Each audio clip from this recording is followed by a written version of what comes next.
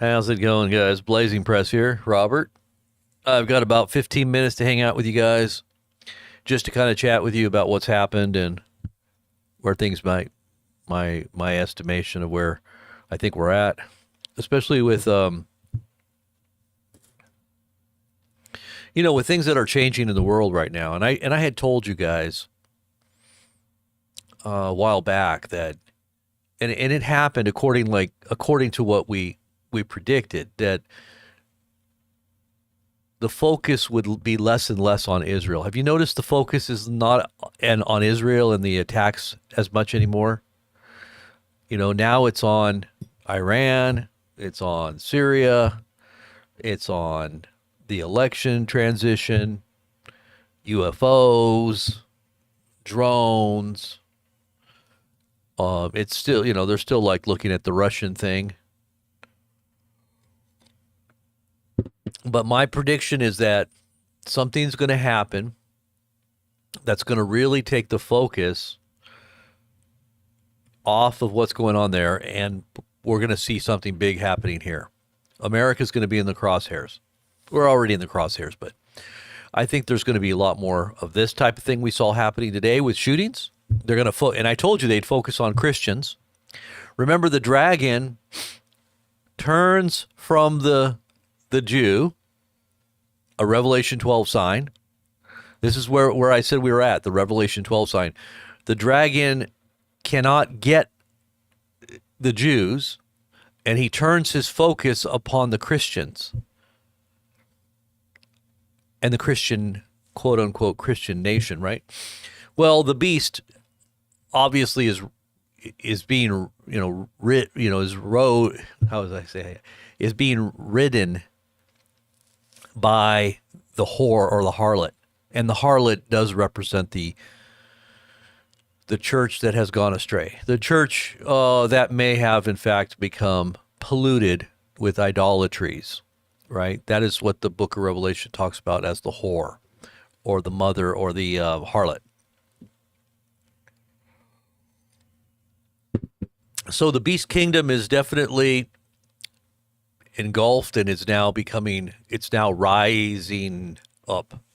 It's beginning to rise up out of the ashes. This is the beginning of the new golden fire, age of fire. I think of that song, Fire, dun dun dun, I'll take you to hell. How many of you guys remember that old song from the 60s? And so I think that's where we're at. We're on the brink of seeing this big shift take place. And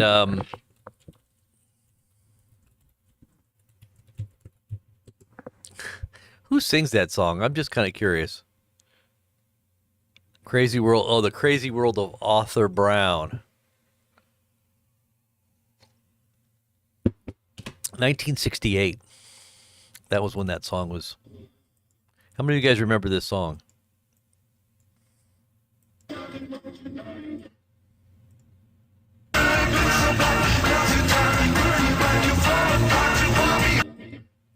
Does that song remind you of anything? It just reminds me of where things are all headed.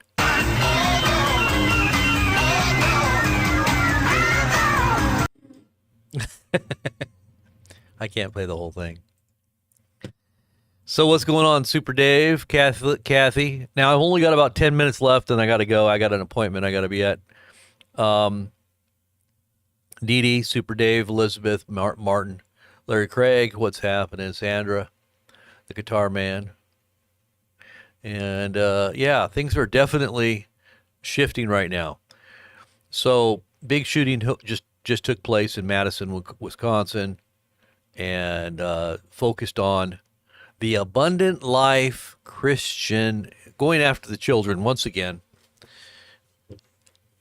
And they say, I guess it was some kind of, a juvenile that went off the rails. You can almost bet that this juvenile had been on some kind of psychotropic drug or Ritalin or some kind of behavioral drug or antidepressant. How much you want to bet? You can almost guarantee it.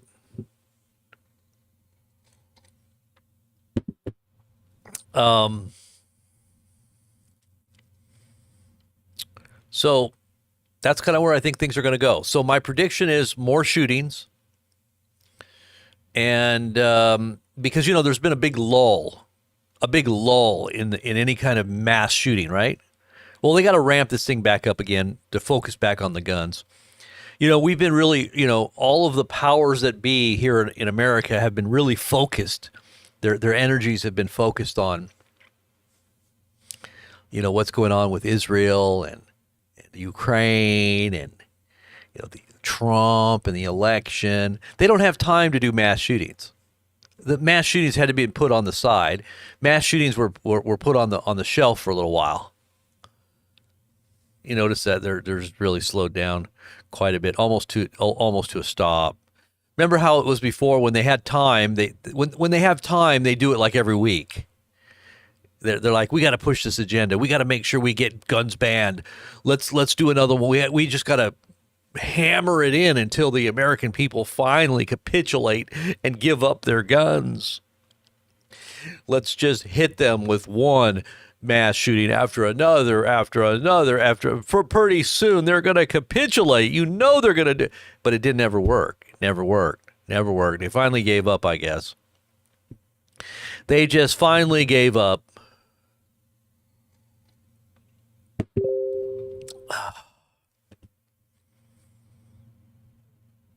Let's see. New York PD finds a drone. Let me see this. New York Police Department finds huge drone in Brooklyn belonging to Research and Product Development Company. So that's not the drone, is it? That is a pretty big drone, though. Jeez.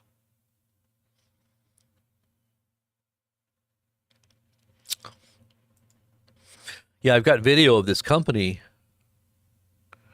that's producing humanoid robots in mass. They're like mass producing humanoid robots. It looks like a literal humanoid robot army.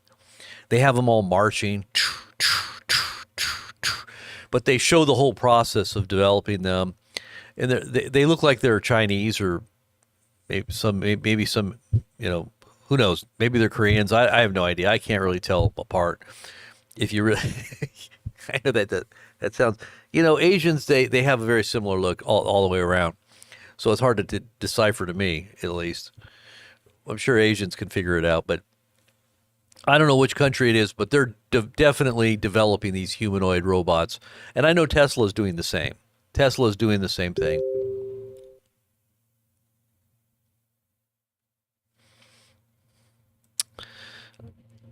I don't know if there was any more drones that were seen yesterday. It seems like there wasn't as much, or if there was any. I didn't see any reports majorly, causing any major stirs or anything. So maybe there wasn't anything, but they're slowing down. Everybody's saying that they're searching for a dirty bomb or something, and that's what they're saying is missing, I guess, out of Ukraine. It's possibly here in the United States. These are what these drones might be doing, is sniffing out, trying to find radiation releases, because they're able to detect even the smallest amount of radiation. So if that's the case, well, maybe that's why they're not telling us. It's kind of like the Titanic. When the Titanic went down, they didn't really tell a whole lot of people until the very last minute. There's a reason why I watched Titanic recently. And it's funny because I was on YouTube and I was looking at all the Titanic survivor videos. So they've got a lot of these old survival videos of people that survived the Titanic. And, back in the 50s, 60s, a lot of them were being interviewed and they were giving their account of what they witnessed and what actually happened. And a lot of them said, yeah, we didn't think there was anything wrong, even to the very last part of the boat sinking. Everybody thought everything was fine. People didn't even want to get in the boats. They thought it was more dangerous to get into the small little boats. They didn't want to go in. So a lot of people didn't even want to get into the lifeboats. I've been telling people, you better get out. You better get ready. I've been telling people this for a while, and people are like, oh, are you crazy? We'd much rather stay here in America and hold on to what we already have. This is the biggest nation in the world. It's unsinkable. We're too big to fail. God could not even sink America the Great. This is a land of liberty. And really, our days are actually numbered because we've already been weighed in the balance and found wanting, and we're already starting to list. The whole big experiment we call America is already listing. It's starting to list. It won't be long now before it breaks in half, and then it goes back up. Down for the last count. You know, and it's sad because I'm sitting here thinking, well, you know, what is it going to take to wake people up? You know, do you have to yell and scream and be dramatic? Or do you just kind of, are you just like kind of, what's the word? Like just, you just kind of resign to the fact that people are not going to find out to the last minute? I guess maybe that's better. Maybe it would not cause the panic. Maybe you know, we don't want panic, but I think there needs to be some kind of awareness. You know, like if you realize that things are about to fall apart, should you really, you know, I just kind of try to alert people with as much calm and reason as possible, so that people don't really freak out and panic. Now, you know, I guess at the point when the water is coming up to where you're at and everything is like inverting, then I think there's moments when people are going to start panicking. But until then, cheerio. A little spot of tea might be appropriate at the moment. I like the way Trump says to Canadian President Trudeau that he's a and I never said anything about it, but a while, I think it was like a couple days ago, he called Trudeau the governor of Canada, of the great state of Canada. The governor of the great state of Canada. And you know that Trump has a plan to take over the whole world, don't you?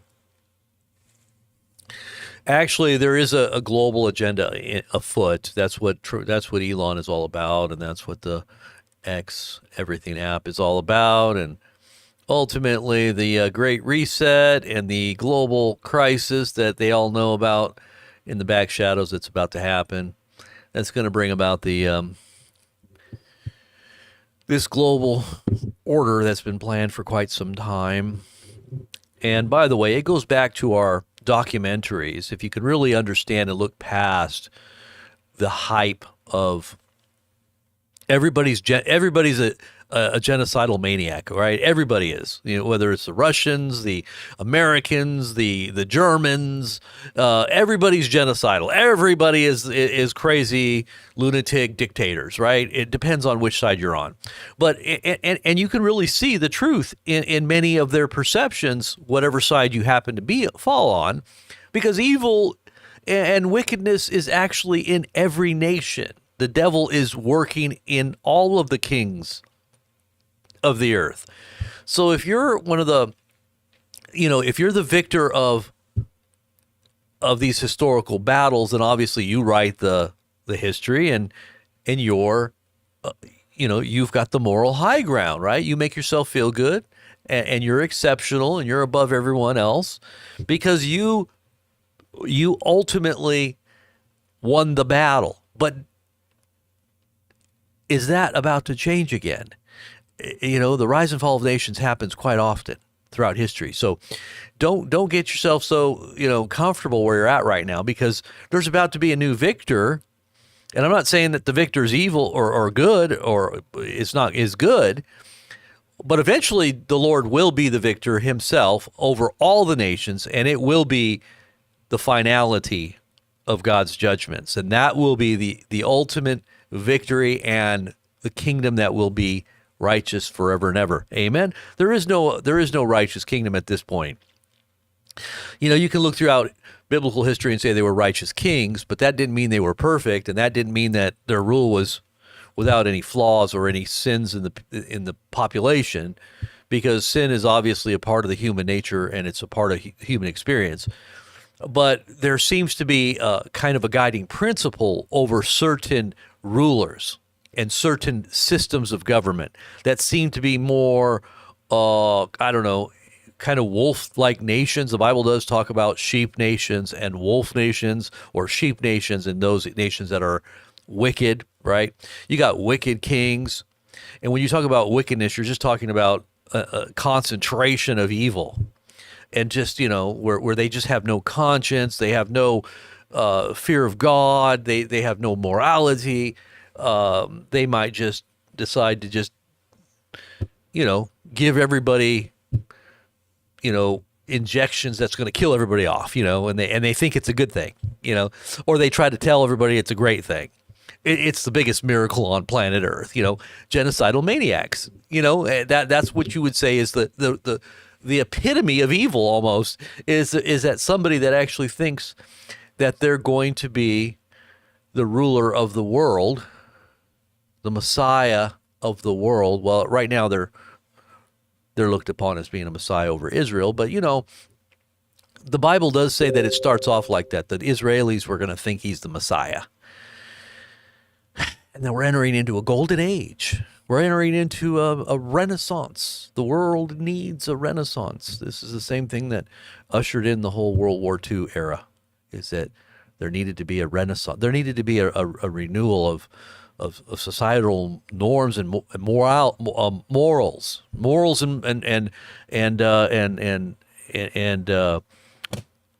and a work ethic and a principle that gave back individuals their freedom, right? Their freedoms, which would ennoble society. This was the promise that brought about World War II. Because of why? The communist, socialist dictatorships that were just taking away everything, right? The bad globalists. Oh, but from darkness to light, this is what brought about World War II. They were promising the light of freedom. But it seemed that the globalists wanted to gaslight the whole world and push an agenda which ultimately brought about a global war, which is what's happening right now. If you can just actually see the parallels and you're able to see through your history, you can see right now what's actually happening is paralleling World War II. It's repackaged. It has maybe the masks and the facades are a little different, but it's actually the same thing. There's no different. It's a repack. It's 2.0 or 3.0, I should say, because it was World War I, then it was World War II. Now we're at World War III. This is just 3.0. But people don't realize it, and they're projecting onto their leaders this same mentality. It's a cult mentality. Same thing. It looks moral. It looks right. It's logical. It's reasonable. I mean, all the German population, the majority of the German population thought that this was a great thing. It was very reasonable. It was moral. It was the higher ground. It was bringing back respect and bringing back Germany's America. It was bringing back Germany's respect to the world, and their economy was roaring back. This wasn't communism. It wasn't so, a socialist type communism. It was more of a, and when you say a nationalism, you say nationalists, you're talking about those who care about their country, right? They're flag waving. They're not globalists. They're nationalists. They love America. So what's the difference? The same outcome is coming, except worse. It's going to lead to Armageddon. So you've got the same players all repackaged, doing the same thing, except we have these huge, devastating, extinction level type weapons now that could literally destroy the planet.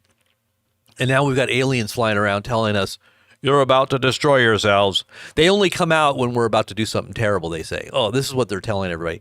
Well, these little alien ships are out here because they're trying to warn the world that we're about to destroy it.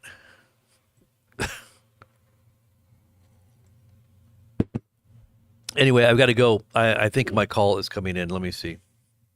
As soon as my phone rings, I gotta get off.